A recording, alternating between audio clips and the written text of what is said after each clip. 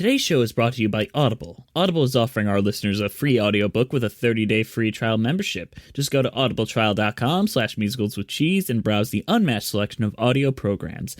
Download a title free and start listening. It's that easy. Go to audibletrial.com/musicalswithcheese. Also, this show is made possible by donations from our very kind patrons. Our current patrons are John Donna, Stephanie L., and Terry Needleman. Thank you for your very kind donations, and we hope we keep giving you a great show. All right, on to the real show. Hello and welcome to a bonus episode of Musicals with Cheese. In this podcast, I will be interviewing Ellen Winter and Chris Littler, the two creative minds behind the incredible podcast musical 36 Questions.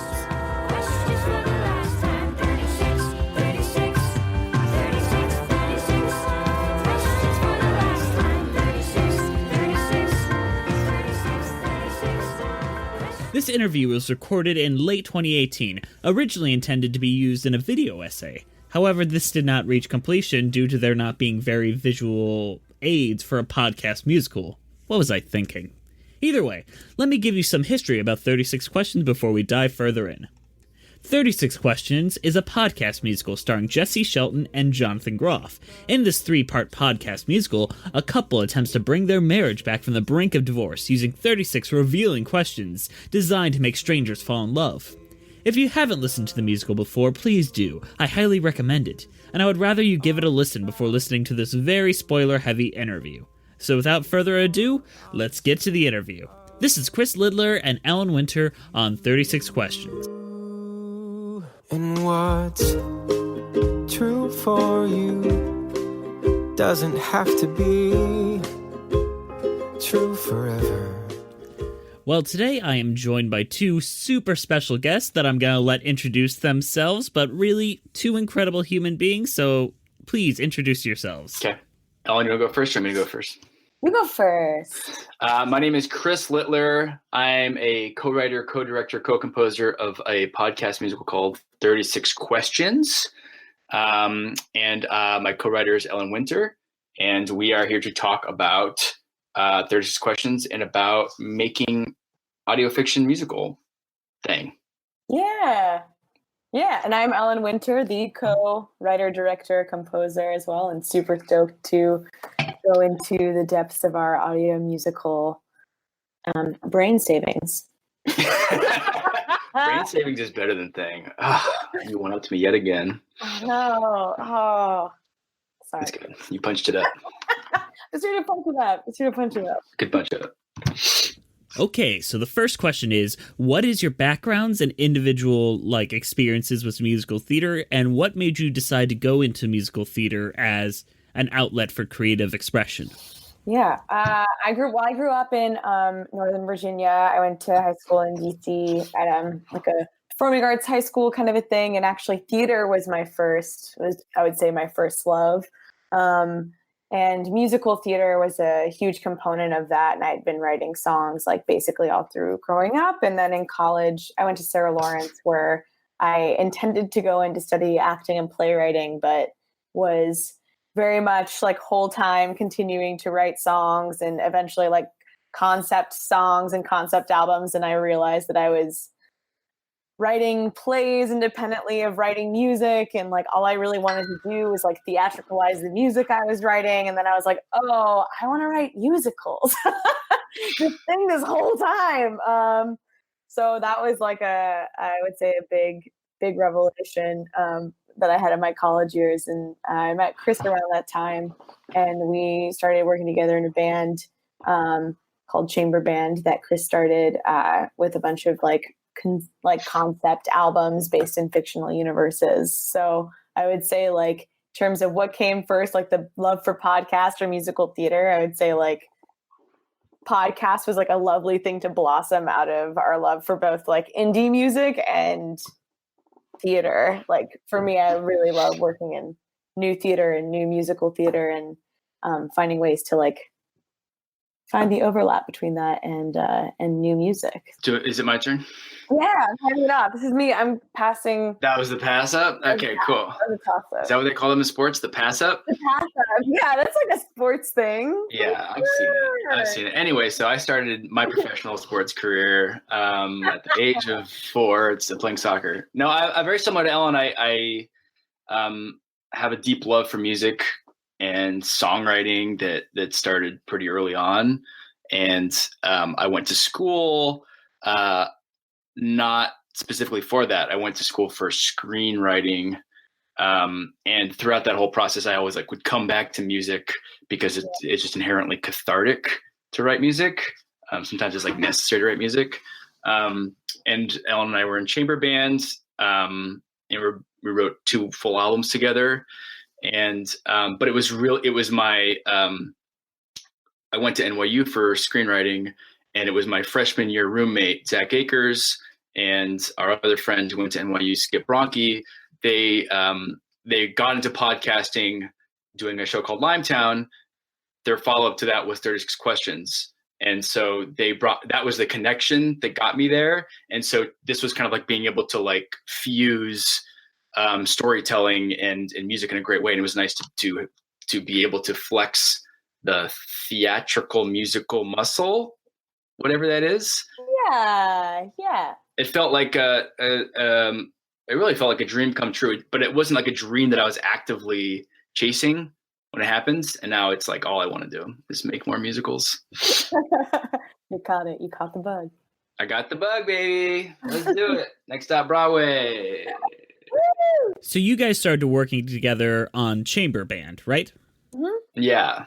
So at what point did you guys start considering the project 36 Questions, or the project that would become 36 Questions? It was brought to us. It was, so Skip and Zach had the original idea for 36 Questions, which is going to be more like a Linklater-esque indie movie. Same concept of a couple who are on the rocks, maybe on the brink of divorce, using these 36 questions to resolve their differences, maybe. And then they got it in their heads that they wanted to do a musical because that would be stretching the podcast form, which is what they're working in. So they brought us into that idea. And from that point on, Ellen and I were working to basically come up with our version of that conceit, and building it from there. Yeah. And a lot of our, as we were talking about, we did those 2 albums together that we wrote, and those were both based in fictional worlds. And so we were kind of towing the line of musical theater for a while. And it was very, it felt like in a weird way where the runway had been heading the whole time is oh, we're just going to write a musical together eventually. And had definitely exchanged and had conversations about what musicals we liked. And when we kind of got into the thick of writing it Skip and Zach came to us in late 2015 with the idea, around this time, I think, actually. Oh, it's the anniversary. Oh. Some weird anniversary. Yeah, late 2015. And we were we were super excited by the idea of raising that storytelling to another level. And changing it. We come up with I was going to say we came up with a process too. Yeah. A process that is not typical, I would say, of most musical theater writing pairs. Which I didn't know going into it. Yeah, neither did I. I didn't. Well, you had written a musical by yourself. I had written a musical by myself, and worked on musicals independently. So we didn't really have a model for what the collaboration process should be, aside from what we had already, which was how we write songs together, which is very much hey, I have this idea and I want to bring it to you and let it go through your brilliant brain filter and see what comes out on the other end. And so that just works for us for both music and lyrics and scenes, which is fun. So your guys' writing process wasn't specifically you're the music guy and you're the lyric guy. It was more like a collaborative, everyone on board process. No, we had music guy and lyric guy. We paid them out of pocket. Yeah. So like Ellen said, there's everything passes through us, and the genesis of we can both come up with ideas for both sides. And it's usually comes down to, once we have some sort of breakthrough, it's like, what sounds the most fun to you? Okay, I'll do this part and you do this part. And then we come back and it passes through, and kind of like a DNA strand. It's a double. Yeah, the DNA musical strand does this kind of thing. This is good. This is some good gift content right here. This is good. Oh, you're right. Got to think about that. Oh, that was great. So what is your direct, like, musical influences to 36 Questions? I know you mentioned Linklater as, like, a structural influence, but this doesn't have, like, the casual musical theater, like, structure. I mean, this entire show is, like, made out of the Conditional Love Song. Totally. Yeah. I mean, I think Sondheim and Alan Menken are, like, big musical guideposts for us. I would also say, like, we each pull from different musical theater writers we like too. I'd say, like, that's our Venn diagram overlap in terms of musical theater. But we also, I would say, like, obviously, I really like Cesar Alvarez and Heather Christian, who are, like, new musical theater writers. Yeah. What about you, Chris? I'm trying to think of, like, who we were trying to musically emulate, but I'm really coming up short. Well, I would say, like, those are like musical theater structure humans, but musically I feel like mostly pulled from, like, music we listened to. Like, we were looking at Alt J, we were looking at Fiona Apple, we were looking at Sylvan Esso, we were looking at... I remember talking about Fiona Apple a lot because we knew we wanted it to be baby grand piano. And we knew we had Sam, our drummer, our percussion dramaturg. So when it came to, we knew what the components were, and we just knew we wanted to keep it simple. Yeah. Right? Mm-hmm. It's all coming back to me now. Yeah. Yeah, I would almost say that, like, structurally and musically, we kind of pulled from different places with the faith and hope that it would distill into something that made sense. Or, like, if we take these things that we really love and feel very strongly about and kind of put all these different elements in one space. Right. Let's, like, see how it plays out. This, like, Linklater, Sondheim, Fiona Apple thing. Right. But I mean, am I crazy to think that the songs are very much in your musical writing style, right? Like they feel like very much of your, cut from Ellen Wintercloth. I mean, right? When they all, like, live on... When they all live on the same album together? Am I crazy? I think they live in the same world. But I would also say, like, they also are a result of our collaboration too, and just the kind of... Oh, I was there. Yeah, no, you're right. I was there. It's our style. I mean, I like, a couple of the songs came from stuff you had. That used to be, that were, like, set at one point. And then Chris was like, this would be great with a chorus. And I was like, add a chorus. Basically what I do is I pace and say, let's add a chorus. Can it just go up here? Just, like, make it go. Just literally, here's the hot tip. Just go up an octave and you have a chorus. Just go up an octave. There's science here. There's a New York Times article about it. Just read it. It's cheat. Major cheat. Go up an octave. I'm not kidding. Isn't that why we're here? To give the hot tips? Or up the fifth, Yeah, fifth. Do both. You can. Do both. Why not do Find both? the highest key on the piano that you can hit. And reach that note. That's a long... Long sustained notes. Long sustained notes, like the long sustained answer to the question. Sorry, am I taking? Sorry, that was we got lost. What else we got? Yeah. I'm just so happy to hear that this was never a point in this production process where it was an actual first date where they had to get to know each other using the questions. I'm glad it always started this way. Right. Yeah. I wonder. I think that's. Yeah. I don't know if it was based on reality, but certainly I know part in our process. I mean, we both did it. We both did the questions. Yeah, we both did the questions with our significant others That we're still together with. Yeah, I think mine just got home. Hi, Simon. Well, Yeah. Ask him one of the questions. Ask him question 18. Ask him question 18. Chris. Chris. I'll ask him later. With 18. It's a bad question to start with. Oh, you're right. I know the first half really well. The second half, I don't remember as well. Second half is like is basically just leading up to question 36 or songified. Right. Yeah.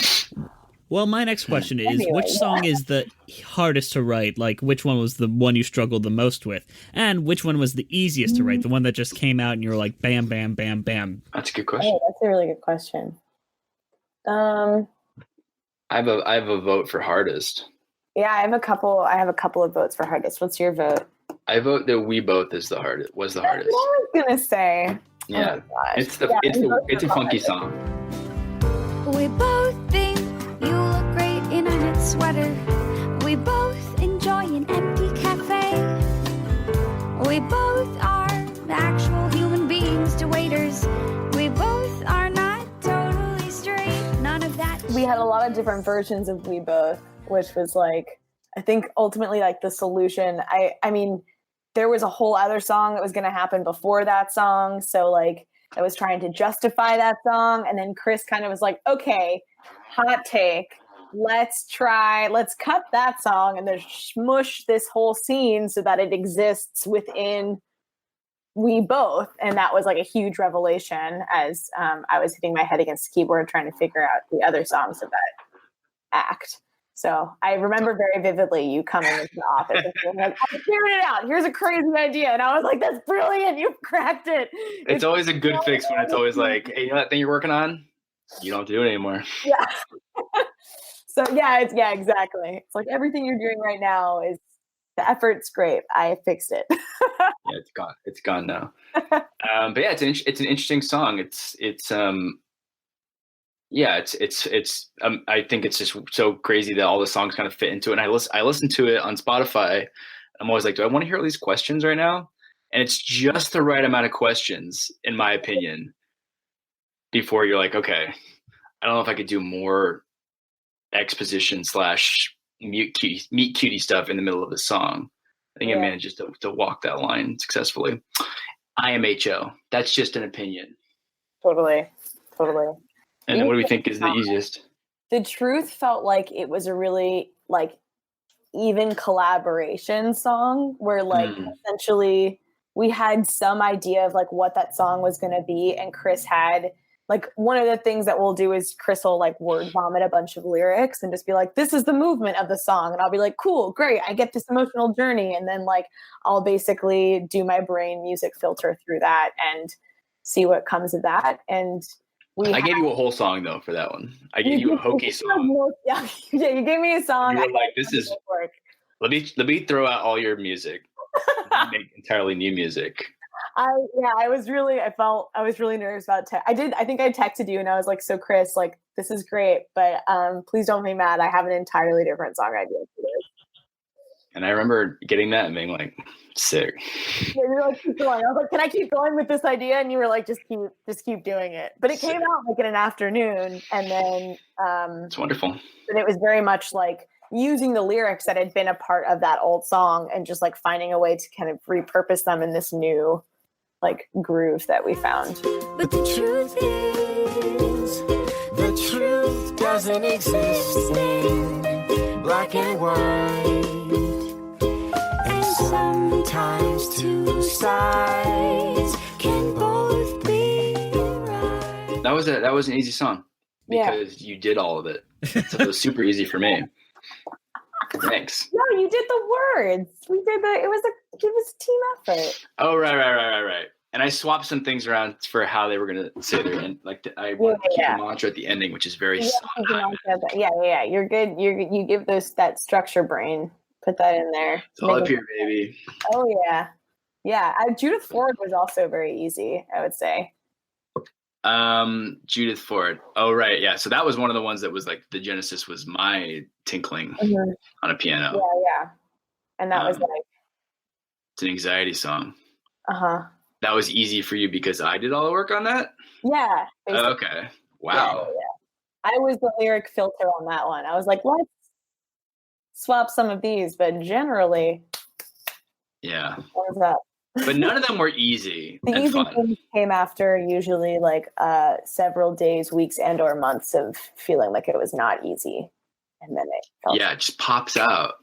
It's yeah. like, bonk. Oh, that's the right thing. Yeah. And then hopefully you just forget all the agony that came before it. Get all the other drafts. About how many drafts did you have for each song? Oh, numerically, it's impossible to know. Yeah, I It's would just say, like pain, yeah. really. Well, like I'm out some of of pain. them, it was very much like only a couple of drafts, Right. before we like really got to it. Like I would say, "Hear Me Out." Once we figured out what "Hear Me Out" was, Natalie Cook, all those first episode songs, we were like, it's like kind of like you were saying, they're all conditional love songs. They were all transactional. It was all like, this is the thing that I want, the thing that I need from you, and this is how I'm going to get it. And we're also getting all the exposition about like why they're in the situation and why the stakes are the way they are. So we were like, cool, we just get to like kind of color in this world. And then once we got to like Act 2 and 3, it was like, oh my God, okay, so now what are they going to do with all this information? Right. And those were, as those songs moved with the moving pieces of the show, the drafts just got like, yeah, probably definitely in the double digits. For Maybe. sure in the double digits. Yeah. By the end, maybe triple. I mean, but like you're doing like a bunch of drafts a day. Right. Yeah, Sometimes exactly. when you're in the thick of it. It really is the hardest work is getting to the song. Because once the song, like the game of the song has been figured out, forgive me if I'm overstating this, Ellen, but like once you figure out the game of the song, I feel like it's actually pretty easy just to put something on the page and come up with it, right? It's the like justifying, yeah, like creating the game that the song is going to be, the game, you know, putting that quotes. Right. Yeah, like once we figured out that like one thing was like a cumulative. Yeah, the list we were like, oh, cool. Yeah. Right. Yeah, it's all stuff. Yeah. You got zany sound effects. A duck. Yeah. A duck. Why not? Well, you guys are also the rare musical theater writers that are also the book writers. So was there any strategies that you used to ensure that the spoken word matches the sung prose of the songs? Yeah. Did you say did we have strategy? Like things that you would say like, avoid these phrases because they're not Jace, or avoid this because it's not Natalie. That type of stuff. Oh, like musical phrasings. Kind of. I feel like the thing that was actually, I wouldn't say that we were super cognizant of like musical phrasings, which is like maybe showing our hand, but truly it was, for us, it's like so much, I would say so much the lyrics inform the phrasing, and it was mostly like clocking the lyrics, or like where, through which like lens this emotional experience is being told through. Like there were a lot of versions of Natalie's Judith songs where I would take a first hit at writing them out, and Chris would be like, Ellen, this is great. This is exactly what Jace would say if this was classic Jace pretending to be Judith. Pretending to be Judith, and I was like, God damn it, this is a Jace song. I fucked it up. And then Chris would be like, let me take a hit at it, let me take a try, and then I would be like, oh, okay, great. Filter it through, because it's like very much like what we kind of discovered is like I identify with more of Jace, and Chris identifies more with Judith. So and the same thing happened vice versa. So when we would write from our heart spot, sometimes like, you know, we would do a Jace song that would come across as too Judithy and would need to like revise on that too. So we were kind of able to clock each other, and we had Chris's then fiance, now wife, who was our story consultant, also come in. She's like knows a ton about like Myers-Briggs stuff, has written books about it, like really knows people's personalities, really great at tracking character work, and was a huge asset in making sure that all of our scenes and our songs like really tracked for the characters. Yeah, that's kind of that was like her main job, really, was just to be like, are you being consistent across the course of this narrative with these characters? Are there... And that was one of the first things we came up with. We came up with theme. I remember throwing theme up on the board. And I remember creating like a T-chart of these are the characters, and they're going to be opposites of each other. They're going to have an endless reason to fight, really, because they're never going to see eye to eye on these things. Or if they move really incrementally. So we knew that if we ever got into a bind, in which we got into lots of binds when you're writing something, we knew that there was always going to be an out because there was always going to be a source of conflict.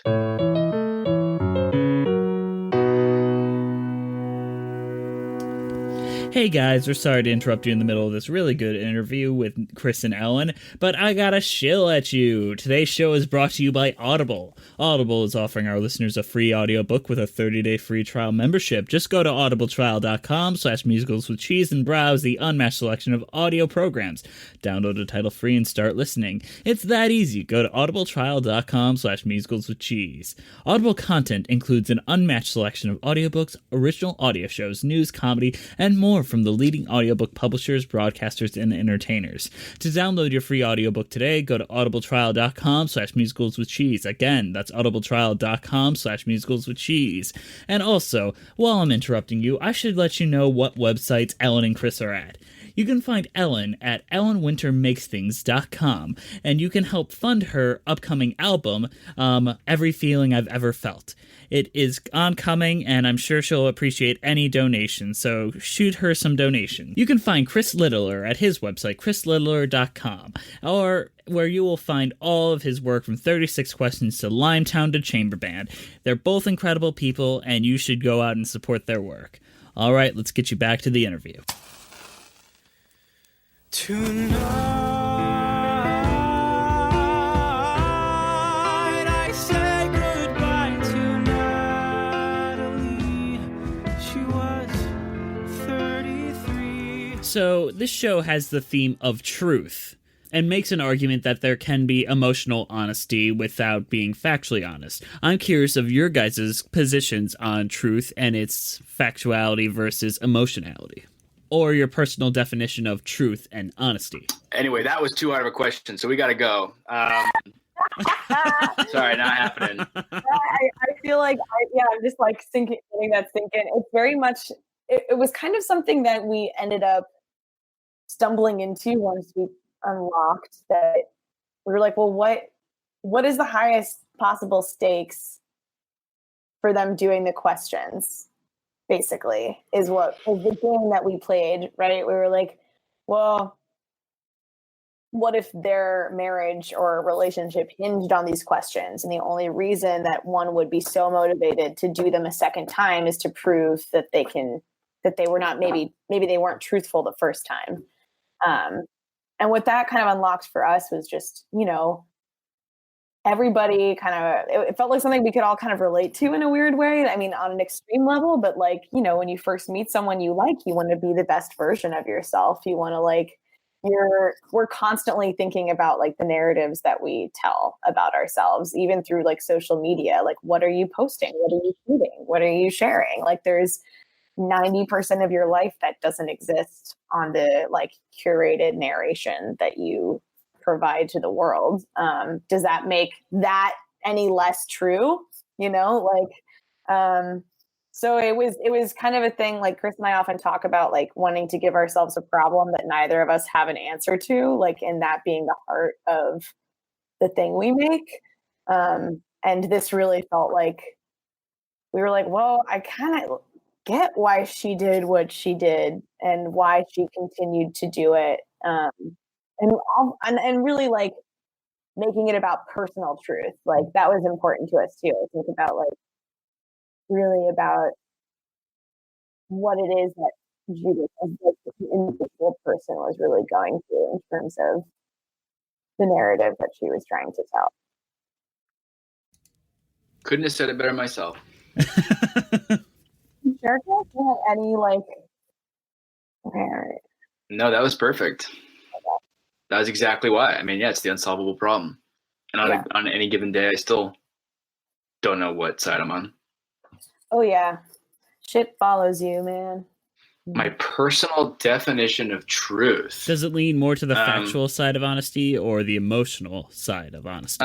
That's interesting. I think I really think I'm very middle ground about it. I don't think that someone, it's so funny. It's like, do people have the right to obscure the facts? Do people have the right, like if you cheat on your partner and you don't tell them, is that a kindness? Because then you are keeping, then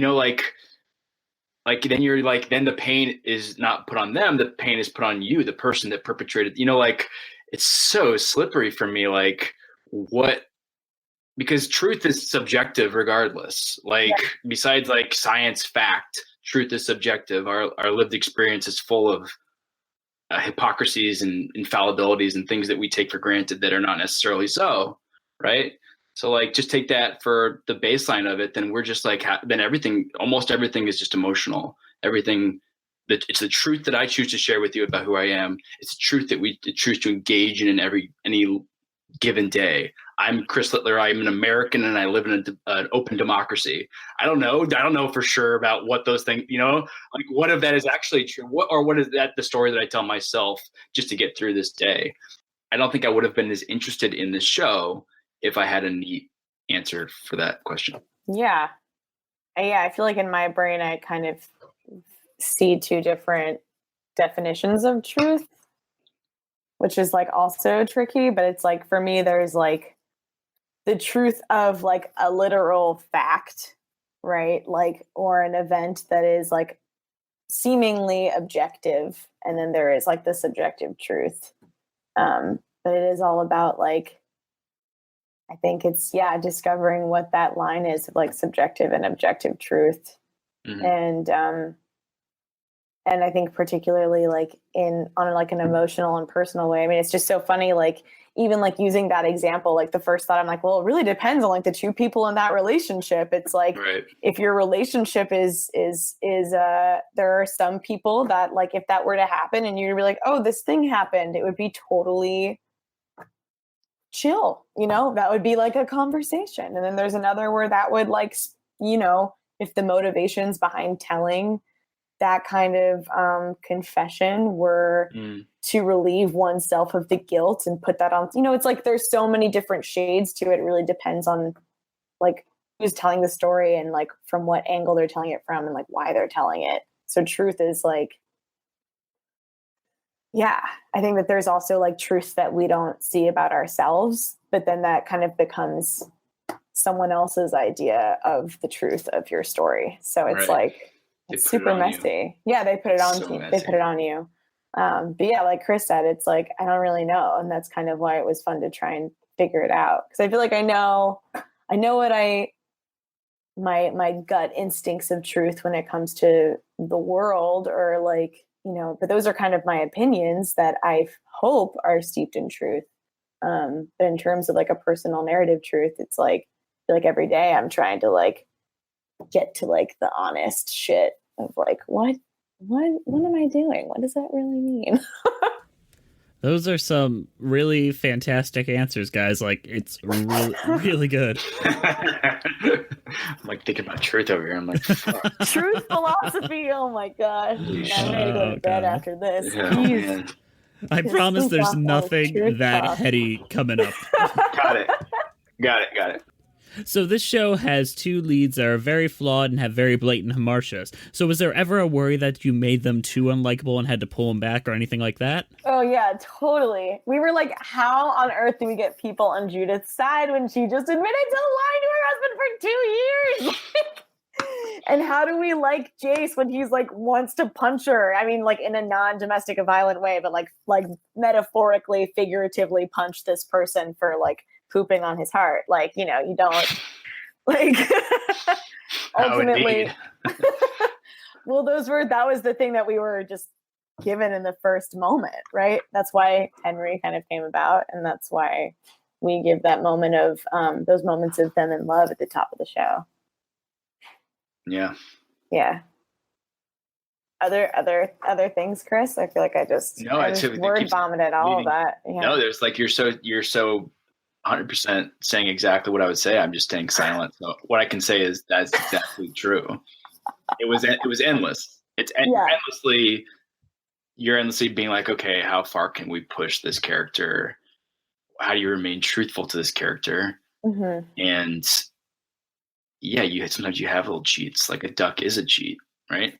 Right, because we were like, oh, we can show him being kind of rude to Judith / Natalie.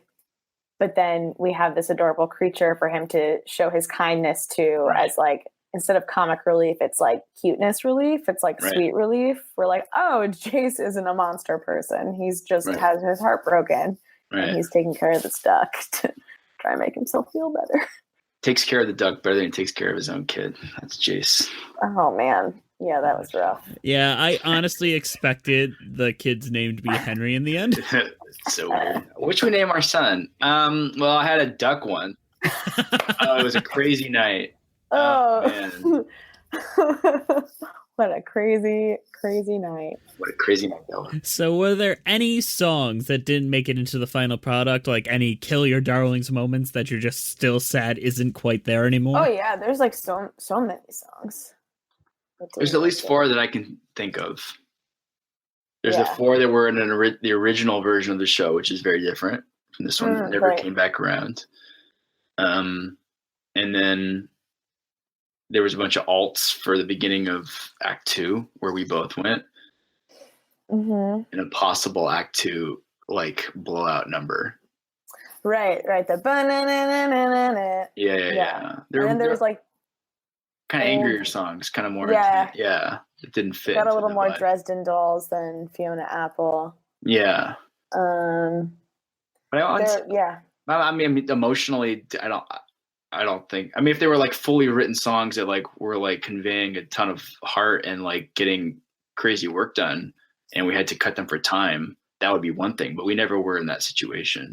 No, I mean, even songs that were full drafts that we ended up cutting, we were just like, ultimately, this song isn't working, and that's and like Chris and I, a big part of our process is we have so much. From being in a band together and from working on like a bunch of different shows now, like we just have archives of like song ideas that we've kind of categorized and titled by different emotions. Not even emotions sometimes, just like weird.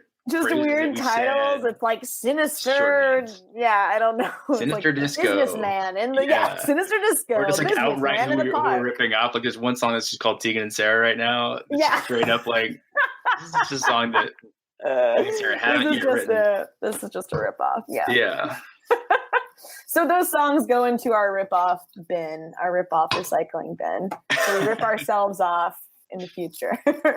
Yeah, because inventing is like, I don't know, inventing is, you got to kind of be alone to invent, right? I feel like that's like a big part of our process. Like, you go over here, or you go over here, I'm going to invent something. It's very different from like being together and being like, all right, we need a song for this. Like, let's just think about the songs we have. Oh, it's just like, it's more like collaging as opposed to inventing. So it's just nice to have all that. The inventing will sometimes come out of like jamming though. Or like, that's true. Like, what's the feeling? Okay, what's the feeling of this moment? Let's just, that's a nice feeling. I don't know. Yeah. I'm hooked. Chris, we should totally jam sometime soon.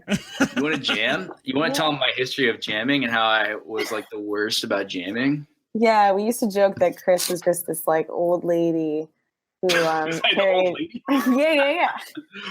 I just always imagined you with like a wig, holding like a can of jelly or like a jar of jelly, saying "No more jamming." It's like no more jam, just jelly. When we were in a band, and we would get too jammy, Chris would be like, "Guys, we have this space only for like an hour. We can't just like let's practice our set. We have a show on Thursday." Truly. Well, someone's got to be that guy sometimes, you know? Someone's got to just be that guy. Yeah, or that grandma, you know? So someone's got to be that grandma. Someone's got to be that grandma. Grandma is like the best case scenario for that. So I'm glad that's how you picture it. It was like a loving, I think families of love, mostly. Mostly love. It's my autobiography. It came mostly with some of it came from That's good. darker feelings. So the end of your show is so mature, so intelligent, so well thought out, and I love it, but were there any other alternative endings that you considered while writing the show? Interesting. We definitely had a lot of different variations on that ending. Yeah. I think one of the mantras that we had really from spoiler alert, I mean, you're going to cut this together, but we'll just say spoiler alert right now for ourselves in case the three of us haven't Just seen for it. the three of us, yeah. But like going back to that original like T section and like the original thing Ellen was talking about, like the original like thing that kicks off the show of like I've been lying to my husband for 2 years. I feel like we were always like, there's just no way. Like there's no way for them to be back. There's no way. There's no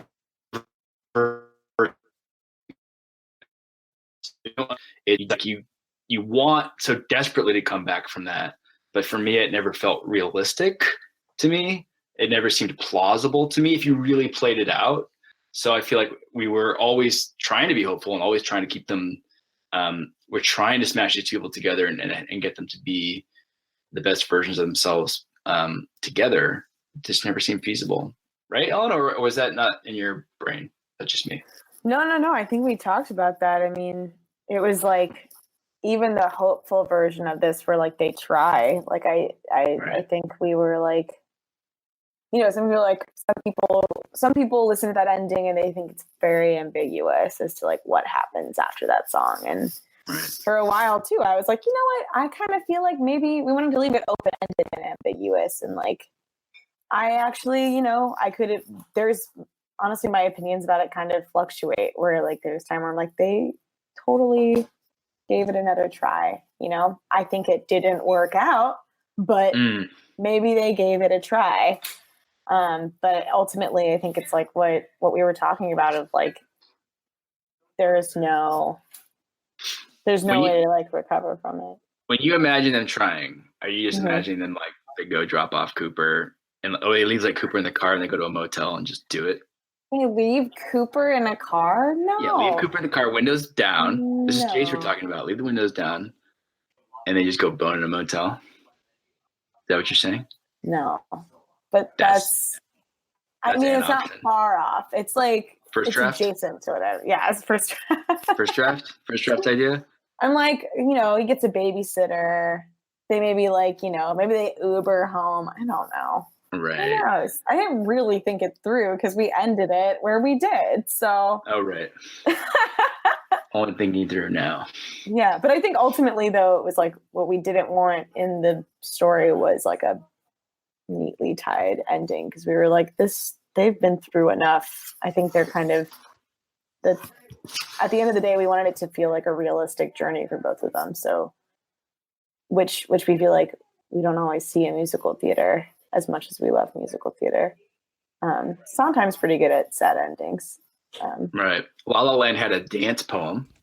I hold the belief that musical theater is at its best when it's very specific, and specificity is very important. And you guys do that incredibly well with things like Settlers of Catan and Chase's Mom. So I'm wondering where those came about from, and whether it be your real life or just specific things that you thought would fit these characters.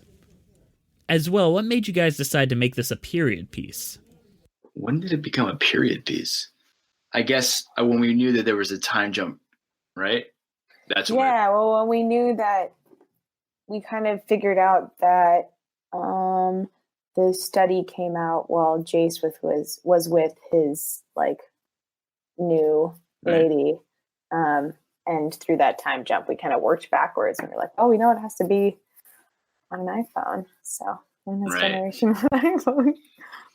And the specifics are just pulled from our lives, really. Yeah, truly. I mean, that's whenever you're making a joke, right? Truth in comedy, it's got to feel real to your co-writer.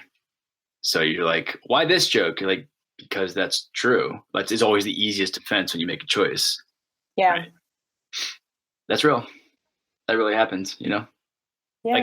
Like in a better version, did you guys run over a squirrel with your car, or is that Go to Home Depot? I did not run over a squirrel, but you heard it here first, folks. Ellen Winter did not run over a squirrel. But I do recycle more and enjoy cooking more. And is the glass of water on the bedside table you and Simon? Glass of water on the bedside table is me and my partner. I remember you defending that. I felt really strongly. Who cares about this fucking water? Like, who gives a shit? What does this even tell us about them? It means that they are thinking about their thirst needs if they wake up in the middle of the night and they have a dry mouth, because radiators really make his face dry, and you That's just have true. to be prepared. That's true. See, it feels real. It feels real. She's got. I've she's got the real, research. I've got real steaks in these glass of water. But in Judith Ford, Jay says, my celeb wife, Charlize Theron. That is true of me. Celeb wife. Mm-hmm. That is my celeb wife, Charlize Theron. I know that it would never work. She's so different. You guys are like so different. She's so different.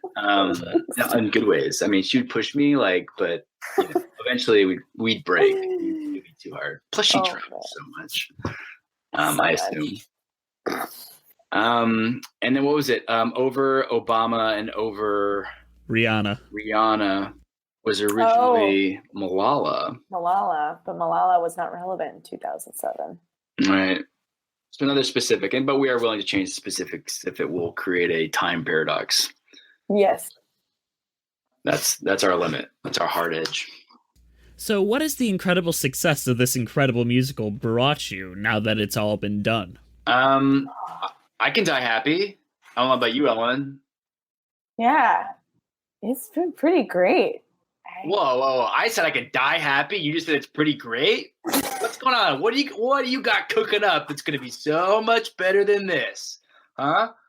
Come on. We've peaked, baby. I'm fine with peaking too. No, we didn't peak. We got so much. But no, I do feel like this was the culminate. Like we were saying at the beginning, this is the culmination of so many weird skills that I have and that Ellen had. And being able to make something like this is, and to have people react to it, and the people that react to it are people that you would want to hang out with. That's been really cool. Yeah, just creating something that's we call it our Horcrux. It's a bit of our soul that if someone likes it, odds are they're going to like us. So we just have new friends all over the planet that we haven't met yet.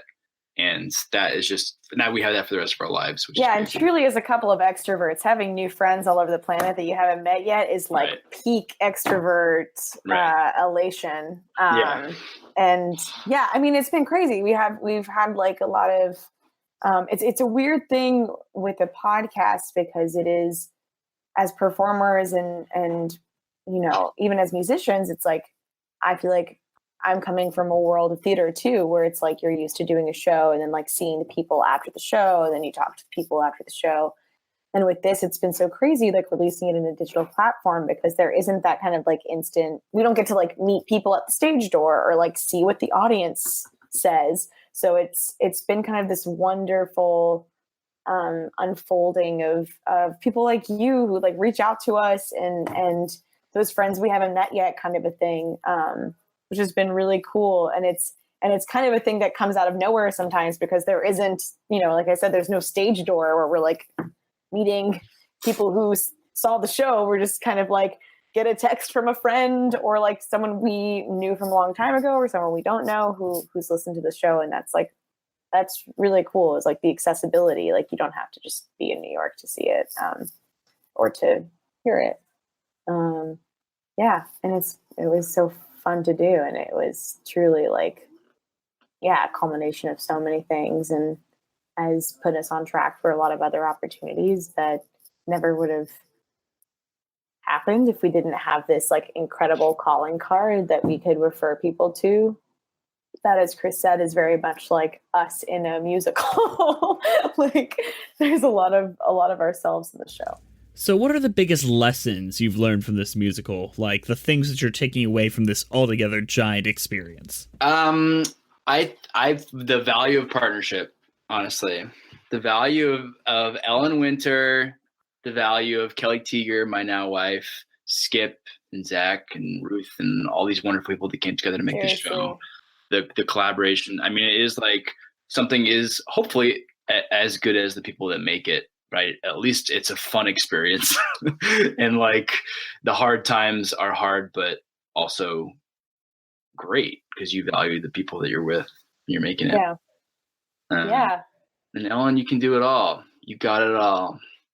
You got it all. I aspire to be as talented as you are.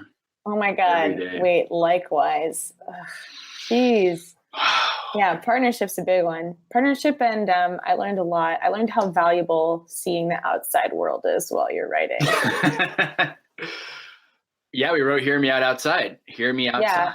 Hear me outside? Oh, yeah, we sat on the stoop on a sunny day. It was like, thank you, son. Thank you for this nourishment. A tan in a song. Yeah, partnership, and but that also is like a result of partnership, because you're like, Ellen, you're sad. Why are you sad? And I'm like, I don't know. And you're like, let's go outside. And I'm like, oh, okay then. So what advice would you give to up-and-coming musical theater artists like myself and many others out there I know are listening? I mean, mine's tied to the thing that I learned. I feel like you have to have someone that you're talking to about it. You have to have someone that is invested in your idea, or is waiting to become invested, I guess. Someone who can hold you accountable. Yeah, someone that you have like a regular check-in about your idea, and someone who's going to challenge you and be honest about whether they like the things that you're saying, not just that they like that you have things to say, but that they actually like the things and can. I mean, this all comes down to collaboration. Like these, it just is so hard to just grow this tiny little seedling into a sprout. The conditions of the world are so crazy. It's like you're on the surface of Mars. It's not safe. You got to have two people to cover it, just to keep it alive long enough so that it can be durable enough. So yeah, you just got to find that person, and that person can be a co-writer, it can be a composer, it can be a producer, it can be a friend. But it just, takes two. Yeah, teamwork. Teamwork is good. Teamwork makes the dream work. Dreamwork makes the dream work. Yeah. Yeah. Yeah. I'm just gonna double check what Chris just said. Check, please. All right, here's the last question. Please just tell us about all of your upcoming projects and plug whatever you want people to go and see of your work. Just out there. We're working on another podcast, which is a kind of an adventure-y podcast. Mm-hmm. And we're really excited about that. And we're working on another not a musical. Yeah. And we are also working. And not what? Well, I was going to say the adventure one is not a musical. Yeah. It would have music in it. It'll have music as an element. Yeah. Yeah. No, forefront. But then we are working on another musical project. Yeah. Maybe a couple. Who knows? Any given day. It's like, who knows? We're definitely in the fostering our tiny sproutlings stage right now, trying to get them to survive in this climate. But keep an eye out 2020, for a new. I don't know. Wait, you have your album. Really, the thing that is like. I have. Well, I have. Yeah, I'm making an album that Chris is a producer on, of a bunch of new original music. So that's coming out in the spring. And we've been plugging away at that since April this year. So it's coming together, and that'll be out in March or April next year. I love it. I love this. I love the fact that I can just chat with artists. I mean, in no other universe would you be able to pull up Steven Sondheim and just chat with them about how much you like their show. And it is an honor to talk to people who made a musical. Oh man! It's surreal. It really is, because right now I'm just trying not to fangirl and keep my professionalism up. But you're doing great. You're doing a great job. Thank you. This is great. We love talking about this show. Yeah, and about musicals, and teamwork, musicals, and 36 questions. I mean, hello. Truly the best subjects. Well, that's all I had to say, unless there's anything that you want to cover that I didn't. There was some sports stuff that we left behind. Yeah. The sporty I want to talk about. Yeah. So when you're doing a pass up. When you're passing up. When you pass up. Quaffle. Wait. The quaffle. Wait, is it called a quaffle? Are you being serious right now? Snitch? Snitch. That's what it is. You pass up the snitch, right? You pass up the snitch. That's right. Total. That's how you get a field goal. And that's how you get sports. Sports, baby. Sports Baby. That's the next show we're working on. It's Sports? called Oh my God, what if Baby. our And next it's about a musical? baby who invents a sport and becomes a multi-million-dollar Whoa. tycoon. It's untapped potential. You can finally get the sports fans into musical theater. That's so true. I Yeah, didn't know there's before. so many of them out there. Oh man. No, just thank you so much for talking to us, Jesse, and for reaching out. I mean, you guys are so insanely talented, and I'm so grateful that you gave me your time to like talk about this piece and elaborate more about your creative potential. I'm so excited for what you do Of next. course. Yeah, truly a pleasure. And let us know if you have any more questions about music making stuff, and keep us in the loop of all your things. Oh, I will. Well, thank you guys for making 36 questions and giving me your time to talk about it. I hope you guys have a great night, and you're awesome. Oh, you All right, thanks, Jesse. have a great night. Have a great night. And how you say goodbye, but you never said goodbye. You never said goodbye, and I held on to our life and who I was with you. 36 Questions is currently available on iTunes, Spotify, Stitcher, and all podcast platforms. Please go out, give it a listen, give it a review, tweet Ellen and Chris, tell them how flippin' amazing 36 Questions is, because it truly is. Also, if you wouldn't mind while you're there, leave us a review on iTunes, send us some love at Musicals with Cheese, follow us on Instagram or on Twitter, all that jazz. We have a normal episode coming up this Friday, but we hope you enjoyed this bonus episode. Thank you for listening. I'm Jesse McAnally, and we'll see you next time on Musicals with Cheese.